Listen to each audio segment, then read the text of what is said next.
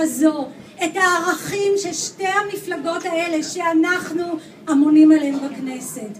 מאבק לעיר צודקת, לעיר חופשית, לעיר פתוחה לכולם. תראו מה קורה כאן בירושלים בשנים האחרונות. כולם רבים מי יציר יותר נאמנות לירושלים. ימנים קיצוניים, חרדים. אנחנו לא נגד חרדים ולא נגד דתיים.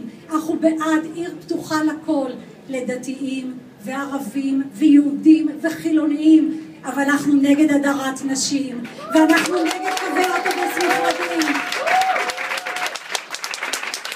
ואנחנו נגד השתלטות חרדית על שכונות חילוניות, ואנחנו נגד הקצאת משאבים ציבוריים לקבוצות שמצ'פרים אותן ולא דואגים לציבור החופשי בעיר.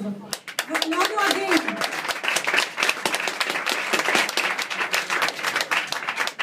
חונקים את מזרח ירושלים, מחתרים את השכונות הפלסטיניות במובלעות יהודיות כדי לקבוע עובדות מדיניות ופוליטיות בשטח. על כל הדבר הזה, על כל המאבק המשותף הזה, על כל הדברים שאנחנו מאמינים בהם, לא מגיע לירושלים בירת ישראל להיות עיר ענייה שהצעירים עוזבים אותה, שהחילוניים החופשיים עוזבים אותה. ולכן אנחנו התכנסנו כאן כולם להביע תמיכה במועמדות של הרשימה כולה בראשותו של פפה אללו לראשות העיר. פפה אללו